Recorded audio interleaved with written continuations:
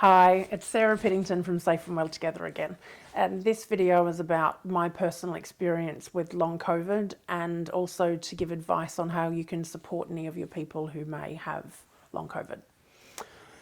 So, casting my mind back to the 2nd of March 2020, I got COVID fairly early on. They didn't work out it was COVID until April, by which point I had a full-blown lung infection and a COVID infection at the same time. And by May, I was back in hospital with pneumonia and then pleurisy. An offshoot of all of that has been that I developed long COVID, which affects your immune system. Some of the symptoms are very ME-like, which used to be called chronic fatigue syndrome. Some days I couldn't get out of bed.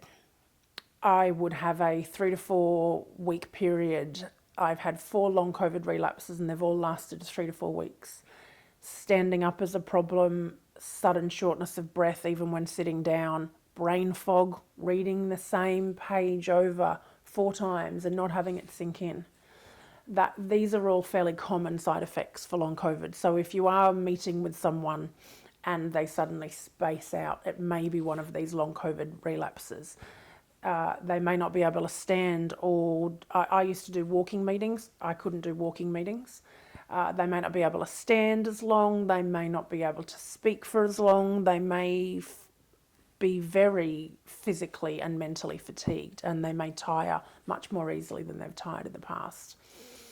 I have managed to get on top of my long COVID by really focusing on my nutrition. I'm an ex-chef, so I cook from scratch at home most nights anyway, but I had to really prioritize good quality meats and fishes, excellent sources of iron and green leafy veg. I take a vitamin D3 supplement every day. Having vitamin D is so important with people who are suffering long COVID. A very good multivitamin, but the most important thing for me is sleep. I watch 5 minutes of the 10 o'clock news, then I'm in bed. I have to be really strict with myself because if I don't get enough sleep, the fatigue gets worse. And I'm happy to report that there is a light at the end of the tunnel. It's been 17 months of me feeling pretty rubbish. My lung capacity is still only 75% of what it was. But I'm back exercising, I'm working out and going to the gym, I'm being very careful with how high my heart rate goes, but I feel like a normal human being again. I don't get up until I've had 8 hours of sleep. I'm averaging 8.5 to 9 hours of sleep during the course of the week, so I really have had to prioritize sleep like never before. So if you're working with anyone or you've got a friend who is suffering something like this, whilst you're going through it, it's a life-changing condition. So please be patient. If you're working for an organisation, contact your people or your HR department. Hopefully they will have some long COVID procedures.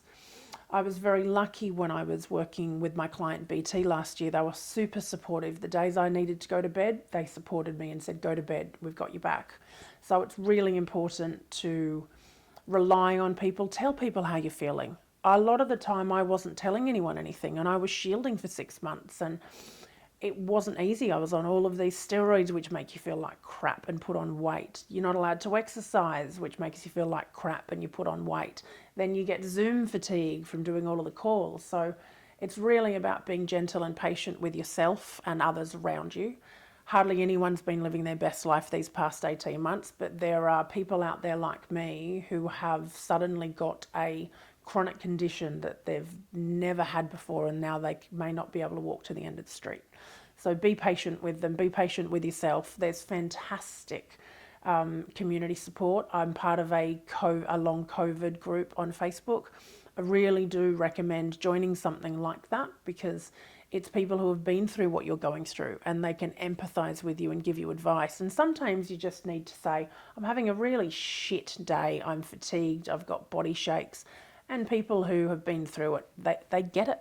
So reach out, talk to someone, don't be alone. You know, you're not alone in this. And if I can do anything to help you, either as an individual who's going through this, giving you advice of how to support someone who's going through it, or as an organisational level to put supportive procedures in place for your people, get in touch. Thank you.